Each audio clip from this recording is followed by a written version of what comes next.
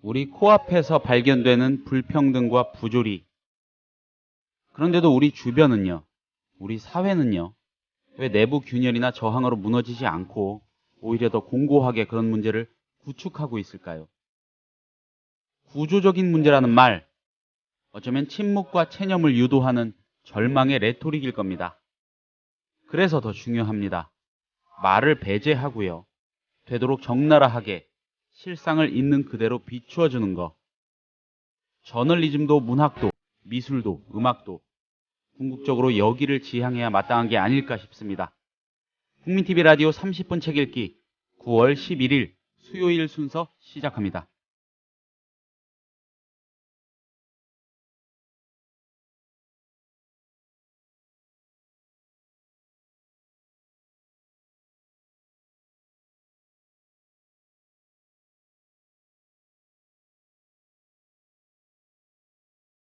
여러분 안녕하세요. 국민TV 라디오 30분 책 읽기 김효진 PD입니다. 매주 수요일에는 동아시아 출판사 박현경 주간님 모시고요. 기획자 추천 바로 이 책이라는 코너로 꾸리고 있습니다. 오늘 오프닝에서 불평등, 부조리, 구조적 문제, 침묵, 체념 이런 어휘를 구사했습니다. 마구 구사했는데 오늘 이런 얘기가 될 것 같습니다. 잠시 뒤에요. 박현경 주간님 모시겠습니다.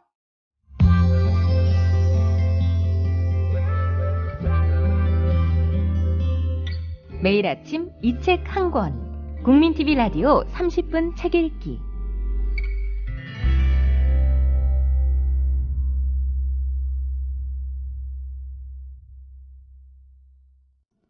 주간님 안녕하세요. 네, 안녕하세요. 한 주 동안 잘 지내셨어요? 네, 덕분에 잘 지냈습니다. 오늘 제 오프닝 어땠습니까? 너무 좋은 멘트 해주셨네요. 형식적인 칭찬은 오히려 더 이상하게 들릴 수도 있고요. 아니, 벌써 주변에 팬들이 제 주변이지만 PD님 팬들이 생긴 것 같아요. 그러지 마세요. 진짜, 민망해집니다. 굉장히 미남이신데 또 얼굴을 못 보여드려서요. 그런 말씀은 하시면 안 돼요. 진짜 큰일 나요. 제 얼굴을 눈치챈 분들이 굉장히 많기 때문에 우리 또 조합원들, 청취자들 중에서요. 이 거짓말 하시면은 안 됩니다. 네, 조만간 보이는 팟캐스트로 하신다고 말씀하시면 아마. 아닙니다. 아니고요. 저는 그저 오늘 소개해 주실 책에 대한 그런 나름의 이제 그 서두를 열어본 건데, 훼손을 하지는 않았는지 그게 두려울 따름이죠. 그래서 여쭤본 겁니다. 너무 미리 예습을 너무 잘해오셨다고 생각합니다. 감사합니다. 저도 기대되는 책 이야기라서요. 심혈을 기울여서 고르신 티가 팍팍 납니다. 책에서. 오늘 어떤 책 가지고 나오셨는지 일단 직접 소개를 좀 해주시죠. 오늘 소개해드릴 책은 안나와디의 아이들이라는 책이고요. 안나와디의 아이들. 저자는 캐서린 부, 뉴요커 기자로 일하고 계신 분이시고요. 8월 26일 지난주에 나왔습니다. 네, 아마 이 서평이나 이런 거 통해서 많은 분들이 또 접하셨을 것 같아요. 네. 가장 많은 서평을 받았고요. 심지어는 한겨레, 동아일보, 경향신문, 문화일보, 국민일보는 그 주말 톱 서평을 올렸고요. 그 외에 신문도 언론들도 모두 좋은 서평을 올려주었던 책입니다. 그 톱 아니면은 적어도 사이드 톱 정도? 이 정도로는 된 것 같고, 그리고 책 기사 읽어보면요. 저는 책 기사를 가지고 책 고를 때 그런 느낌을 좀 이렇게 중시하거든요.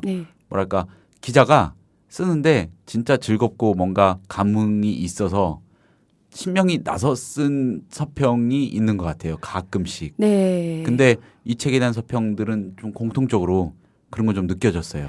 공통적으로 저도 느낀 게 이제 많은 책들이 오잖아요. 그래서 서평을 이번 주에는 어떤 서평을 할까, 그리고 이제 언론사분들 이제 만나서 얘기를 듣다 보면 책 멀미를 한다고 그러시더라고요. 책 멀미요? 릴리스된 책들을 이제 막 쌓아놓고 그 중에서 이번 주엔 어떤 책을 서평해야 될까. 근데 그 주에 책 멀미를 시작하시는데 한 책만 쓰는 게 아니라 여러 책을 쓰시잖아요, 기자분들이. 그런데 이번 주 서평을 제가 다 읽어보면서 공통적으로 느낀 거는, 기자분들이 이 책을 다 처음부터까지 읽으셨구나. 그런 느낌. 다 읽고 쓰셨구나. 보통은 안 읽어도 쓸 수는 있거든요. 근데 보도자료에 또 자세히 잘 써주시니까. 정말 다 끝까지 읽으셨던 이유가, 저도 읽었지만, 한 번 책을 읽으면 손에 들면 끝까지 읽고 싶은 마음이 네. 들게 하는 정말 재미있는 책이었습니다. 일단 이 책의 저자 퓰리처상 수상자 아니겠습니까? 네. 예. 뿐만 아니라 2012년도 전미도서상 수상자 논픽션 부분 수상작이고요. 그 상이 그렇게 권위 있는 상이라면서요? 뭐 미국에서 그 해에 나온 그 부분별로 이제 상을 수여하는데 예. 수상작으로 선정됐으니까 좋은 상이죠. 그리고 출간 직후 세계 20여 개국으로 동시에 번역돼서 출간됐습니다. 자, 이 책, 예. 안나와디의 아이들. 일단 이 기자가 저자가요. 네. 캐서린 부가 어떻게 이 책을 쓰게 됐는지를 좀 설명을 먼저 해 주셔야 될 것 같아요. 네. 예. 그 뒤에 사실 이 책은 르포르타주라고 할 수 있는데요. 네. 저자가 이제 뒤에 에필로그에 이제 이 책을 쓰게 된 얘기를 밝히고 있는데 책을 만약 사서 보시게 되면 다 읽고 나서 읽으셨으면 좋겠는데요. 네. 워낙 이런 불평등이나 빈곤이나 기회 분배 이런 거에 관심이 많으셨던 기자분인데 네. 10년 전에라고 시작하는데 10년 전에 한 인도 남자와 사랑에 빠졌다. 그래서 인도에 더 많은 관심을 갖게 됐는데 그래서 그런 책을 좀 내볼까 했는데 미국인인 자기가 본인이 네. 어떻게 인도 문제 그 인도 남자랑 결혼했다 하더라도 그런 미묘한 맥락을 자기가 쓸 수 있을까 해서 포기를 하고 있었는데 뭐 어느 날 사고가 나서 집에 이렇게 누워 있었는데 뭐 사전에 걸려서 넘어졌대요. 그래서 이제 그렇게 누워 있다 보니까 그냥 이렇게 뭐 사전에 걸려서도 넘어지는데 내가 그 인도에 가서 그 위험한 곳에 가서 취재를 하고 그런 위험도 지금 사전에 걸려서 넘어진 위험과 비슷할 것이다라는 용기를 가지고 쓰게 됐다고 하셨고요. 네. 그리고 이제 굉장히 공감을 했는데 기존의 인도 관련 논픽션들이 이제 뭐 적기도 했지만 네. 대부분은 어떤 서구의 백인 구원자가 나타나서 그런 빈민촌 사람들을 이렇게 막 성자처럼 묘사하는 그런 글들이 많았다. 네. 그래서 본인은 정말 그 내용을 이제 실제 빈민촌의 상황을 담백하고 건조하게 한번 써보겠다는 마음을 가지고 있는 그대로 보여주고 싶어서 책을 쓰게 됐다. 그래서 이 책을 위해서 근 4년에 걸쳐서 실제 그 안나와디라는 마을에 거주하시면서 그 취재를 하여서 책을 쓰게 되셨는데요. 2007년부터 4년이나 네. 인도의 안나와디에 살았네요. 네. 네. 네. 그 이제 여기 수많은 주인공들이 나와요. 네. 소설처럼. 근데 그 이제 빈민촌에 있는 그 사람들과 인터뷰를 하면 뭐 다큐멘터리도 마찬가지겠지만 실제 인터뷰를 하려면 그 생활 속으로 들어가야 되잖아요. 그렇죠. 근데 짧은 시간에 어떤 내용을 끌어내기 위해서는 강제로 막 질문을 하고 윽박 지른다거나 이렇게 할 수 있겠지만 네. 이분은 참고 기다리면서 그 사람들이 일할 때 일 같이 옆에서 하면서 기다리면서 4년간에 걸쳐서 3,000건이 넘는 공공기록도 참고하고 수많은 인터뷰와 그 사람들의 인터뷰를 뭐 수없이 진행하면서 이 책을 완성을 하신 거죠. 캐서린 부가요. 네. 취재를 했던 이 지역, 안나와디라는 지역이 어떤 곳인지 조금 설명을 한번 제가 좀 해보자면, 네. 예, 안나와디. 인도 공항공사라는 곳의 땅을 무단 점거한 판자촌이래요. 판자촌. 예. 어떤, 거기에 살고 있는 어떤 그 아이가요. 예. 옆에 생뚱맞게 서 있는 고급 호텔에 빗대서 장미 꽃밭 사이에 똥이라고 자기네 동네를 이렇게 표현을 한답니다. 예. 3,000명이 주민인데 정규직으로 뭔가 일을 하는 사람 6명. 자, 하루에 8,000톤씩 쏟아지는 이 뭄바이의 쓰레기 중에서 고르고 찾아낸 불과 몇 킬로그램의 폐품이 생계 수단이라고 하고요. 뭐 개구리, 쥐 이런 거 잡아서 튀겨 먹고 풀도 뜯어 먹고 네. 이런 곳, 예, 이런 곳이라고 하네요. 예, 제가 잘 뽑아서 소개했죠. 네. 상상해 가세요. 근데 예. 그 내용만 보고도 상상이 안 되니까 오히려 지금 이 구절은 어떤 뭐랄까요, 감흥을 느끼면서 읽기는 좀 어려웠던 네. 게 상상이 안 되기 때문이었을 수도 있을 거예요. 네. 본 적이 없으니까. 네. 예. 저도 이제 책을 읽어가면서 그러니까 인도에 직접 가본 적은 없는데 네. 영화나 뭐 책을 통해서 많이 보잖아요. 근데 네. 실제로 이 책이 이제 수많은 그 외국에서 이제 미국에서 출간됐을 때도 엄청난 서평을 받았는데 다들 뭐라고 서평을 해줬냐면 네. 정말 열정적이고 동시에 생생하게 읽히면서 스릴러처럼 읽히면서도 그 어떤 품격이 있는 그리고 그 뭐 과장하지 않는 네. 그런 뭐 책이다. 엄청난 책이다라는 서평을 올렸어요. 근데 이제 뭄바이라는 도시가 이제 국제 공항에 있는 네. 도시인데 국제공항 바로 옆에 빈민촌이 그 국제공항의 땅을 무단 점거하고 있는 건데요. 그래서 이제 공항 옆에 이제 호텔들도 하얏트 호텔이나 이런 호텔들이 있는데 그런 호텔에서 이렇게 내려다 보면 그 빈민촌이 안 보이는 거예요. 네. 거대한 판으로 가려놔서 이렇게 도로를 따라서 쫙 가려놨기 때문에 안나와디 사람들이 저녁에 밤에 이제 저녁에 밥을 짓기 위해서 불을 피우면 호텔에서 신고를 하는 거예요, 경찰에. 저거 뭐냐고. 불 난다고. 안 보이니까 이렇게 사람 사는 데인 줄 모르고. 예, 안 보이게 가려놓고 그 안나와디 사람들이 의존해서 살고 있는 곳이 이제 그 웅덩이가 있는데요. 오수 네. 웅덩이라고 그러니까 똥물 뭐 온갖 뭐 쓰레기 다 버리고 거기에 이제 공항 근처에 이제 계속 건설 현장이 있잖아요. 거기에 이제 폐자재 같은 것도 막 갖다 버리고 동물 죽으면은 뭐 동물 갖다 버리고 이런 곳인데 거기가 이제 그 안나와디 사람들이 모여 사는 해변 같은 해변처럼 펼쳐져 있는 거죠. 그 오수 웅덩이가. 그 오수 웅덩이를 둘러싸고 있는 마을 사람들 얘기예요. 네, 이제 그 오수 웅덩이에 살고 있는 물고기도 잡아 먹고요. 이제 막 이렇게 이렇게 걷어내 가면서 들어가서 잡아오고 이렇게 하거든요. 내용을 보면. 근데 이제 여기서 주요 주인공들은 아이들과 여자들입니다.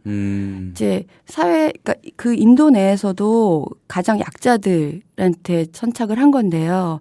이제 저자가 뭐 에필로그에서 밝히고도 있지만 자기가 4년 동안 인터뷰를 하고 수많은 자료조사를 하면서 느꼈던 것들은 어린이들이 가장 뛰어난 관찰자이자 정직한 사람들, 그러니까 자기가 이 책을 만들 때 가장 큰 도움을 준 사람들이다. 그리고 그 희망을 잃지 않는 그런 어려움 속에서도 그런 존재들이었다라고 이제 밝히고 있는데 사실 에필로그에서는 그렇게 감동스럽게 이제 적어주셨지만 본문에서 실제 그 책에서는 굉장히 저도 이제 놀랐는데 어떤 전지적 작가 시점으로 썼거든요. 네.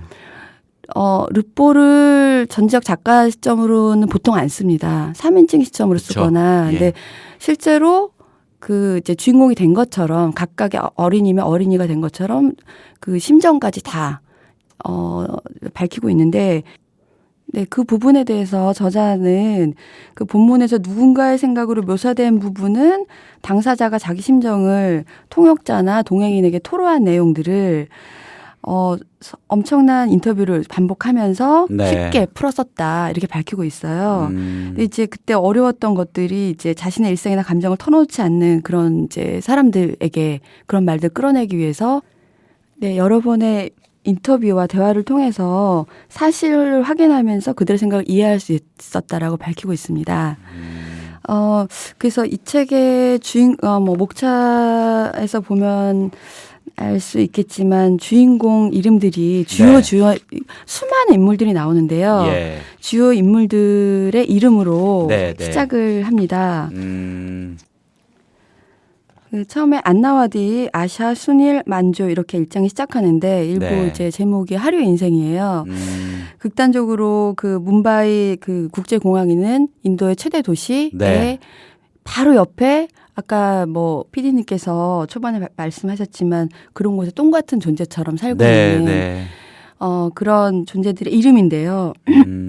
아샤 같은 경우는 그 신분 상승을 위해서 구구 정당의 하수인이 된 여성이고요.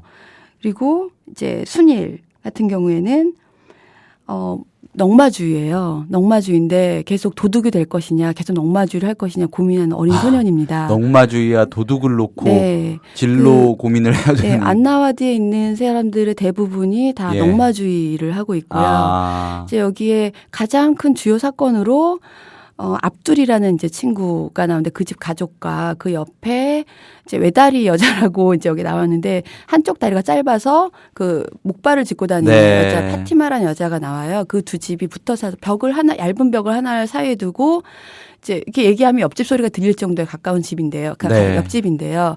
두 집이 정말 사소한 일로 분쟁이 일어나요. 이제 압둘레 집에서 뭐 정말 이렇게 다 비뚤어진 집이라서 땅조차도 비뚤어져 있어서 똑바로 네. 사는 집조차가 없는데 조금이라도 좀 좋게 살아볼까 하고 공사를 하는데 시끄럽게 한 거예요. 벽에다 뭐 실형을 달고 하면서 옆집 파티마라는 여자는 외다리지만 술주정뱅이 남편을 이제 있고 애들도 있는데 생계를 꾸리기 위해서 창녀 역할을 합니다. 외다리임에도 불구하고. 그리고 본인이 이제 신체적인 결함 때문에도 있지만 나의 매력에 이끌려서 남자들이 오는 것이다. 이런 자부심으로 사는 여잔데 욕도 막 입에 달고 살고요. 근데 그런 와중에 이제 둘 다 이제 무슬림이에요. 인도 같은 경우에는 여러 그 인종이 있잖아요. 이제 인종과 종교가 있는데 둘 다 이 안나와디 사람들은 이제 무슬림도 있고 힌두인들도 있는데 무슬림들은 어떤 그 제도 카스트 제도나 아니면 인도 쪽에서 굉장히 하위 계층에 속하고 천대받는 존재들인데 둘 다 무슬림이에요. 근데 그래서 평소에는 사이좋게도 지내고 싸울 때도 있지만 서로 의지하고 있었는데 그 공사를 하면서 이제 사소한 분쟁으로 욕을 하게 돼요. 그러면서 그 분에 못 이겨서 파티마라는 여자가 문을 잠그고 뭐 아이들도 돌아오지 않는데 혼자 예쁜 옷을 입고 갈아입고 몸에 석유를 뿌리고 분신 자살을 시도합니다. 그래서 그거를 이제 그 딸 아이가 창문으로 이렇게 위에 난 구멍으로 보다가 깜짝 놀라 소리를 지르고 이제 들어가서 구해내는데 네. 결국은 이제 병원에 실려가서 6일 만에 이제, 숨을 거두게 돼요. 네. 근데 그 와중에 이제 그 파티마가 자기에게 불을 지른 가족이 압둘레 가족이라고 거짓말을 합니다. 그래서 이제 사건이 이제 일어나거든요. 그래서, 그 압둘레 압둘 같은 경우에는 안나디 사람들 대부분이 넝마주의거나 이런데 그 넝마주의들이 가져온 고물들을 좀 큰 고물, 중개상을 하고 있어요. 고물 중개상을 해서 돈을 좀 많이 벌었어요. 나름. 고물 유통업. 네, 예, 그렇죠. 예. 그래서 압둘은 6살 때부터 아버지가 이제 그 고물 장사를 하면서 이제 폐병을 앓고 계신데 그 아버지를 이어서 생계를 잇기 위해서 6살부터 그 고물을 분류하는 일을 이제 중개상을 해왔고 그래서 말수도 없고 이제 고물에만 온 가족의 생계가 이 압둘의 어깨에 달려 있는데 그런 일을 해왔던 압둘의 가족의 이제 치명적인 사건이 생긴 거예요. 그러면서 이거를 미스터리처럼 풀어가는 소설처럼 풀어가는데 글쎄요, 그 전지적 작가 시점으로 네. 썼다고 하셨는데 네. 이 여기에 나와 있는 모든 것들은 이 캐서린 부가 확인한 팩트고요. 네. 예, 직접 취재한 그 스케치의 기록이고요. 네. 그 어떤 소설가가 이런 서사를 만들 수 있을까 싶네요. 그 전지적 작가 시점으로 얄밉게 써버려가지고 수많은 소설가들이 읽으면 좀 자괴감을 느낄 수도 있지 않을까 싶기까지 합니다. 네, 사실 실제로 그렇습니다. 예, 이런 서사 한번 만들어봐라. 그 당신들의 상상력을 한번 총동원해봐라. 했을 때 만들 수 있을까요? 못 만들 것 같아요. 네. 진짜 예, 이 사실의 힘이라는 게 대단한 것 같고 이 캐서린 부가 이런 장면 보고요. 네. 느꼈을 감정이 궁금해지는데 왜 이 지척에 있는 사람들이 이렇게 다른 삶을 살아야 하고 어떻게 보면 죽느니만 못한 예, 그런 삶에 노인체로 이렇게 방치돼야 되는지라는 걸 보고서는 굉장히 많은 고민을 하지 않았나 싶고요. 네. 예, 이 사람들의 탓은 아닐 텐데 네, 이 사람들의 그렇죠. 죄는 태어난 죄. 캐서린 부의 이 문제의식이요. 이런 글을 쓰기에 만든 그 문제의식이 잘 나타난 구절이 저는 이거라고 생각합니다. 네. 자, 가난한 사람들은 연대하지 않았다. 일시적이고 알량한 이익 앞에서 서로 치열하게 경쟁했다. 예, 이게 얼마나 이 사람 눈에 처절한 장면이었겠습니까? 가난한 사람들 연대하지 않았다. 이 구절 보면서요. 네. 저와 그리고 우리가 목도하고 있는 수많은 장면이 떠오르기도 했습니다. 예. 그래서 또 좀 더 아픈 책인 것 같아요. 읽는 내내 가슴이 너무 먹먹해서 오늘 이제 방송에서 어떤 말씀을 드려야 될지 사실 뭐 읽어드리고 싶은 구절이 많을 정도로 너무 소설 같은 명문장이기도 했지만 절대 과장하지 않는 것들, 그리고 그렇다고 해서 그 빈민촌 사람들, 자기가 목격한 그 수많은 사람들을 비난하는 쪽도 아니고요. 정말 있는 그대로 보여주는데, 예를 들면 지금 그 장면과 이어서 아까 제가 이제 그 파티마라는 외다리 여자가 결국 죽었다고 말씀드렸잖아요. 이제 그 압둘의 어머니는 정말 돈만을 밝히는 여자로 처음에 그려져요. 아들을 학교도 안 보내고, 둘째 아들은 이제 첫째 아들이 돈을 벌어오니까 학교를 보내서 다른 쪽 좀 더 그 가정이 나아지기 위해서 이제 자녀들마다 어떤 의무를 부여하듯이 너는 돈을 고물 중개상으로 돈을 벌어야 되고 너는 학교를 다녀서 좀 더 나은 걸 해서 우리 가정을 발전시켜야 되고 이런 걸 하는데, 결국 이제 파티마가 죽으면서 그 제루니사가 이제 압둘의 엄마인데 그 이제 장면을 읽어보면 제루니사는 집으로 돌아와 흐느껴 울었다. 옆집 여자 몸을 마지막으로 닦아준 헝겊을 그때까지도 손에 쥐고 있었다. 이제 죽어서 몸을 닦아주셨거든요. 같은 무슬림끼리 해줘야 되는 일이에요. 화장의식 같은 거군요. 본인의 집을 파산시킨 여자가 죽었음에도 불구하고 이제 헝겊으로 닦아준 거죠.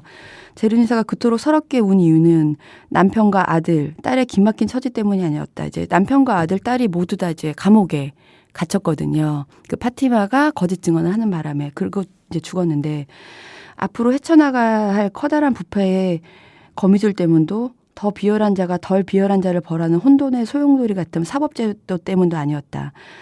그녀는 자신도 어쩔 수 없는 것이 아닌 제 소나기에 있었던 것 때문에 울었다.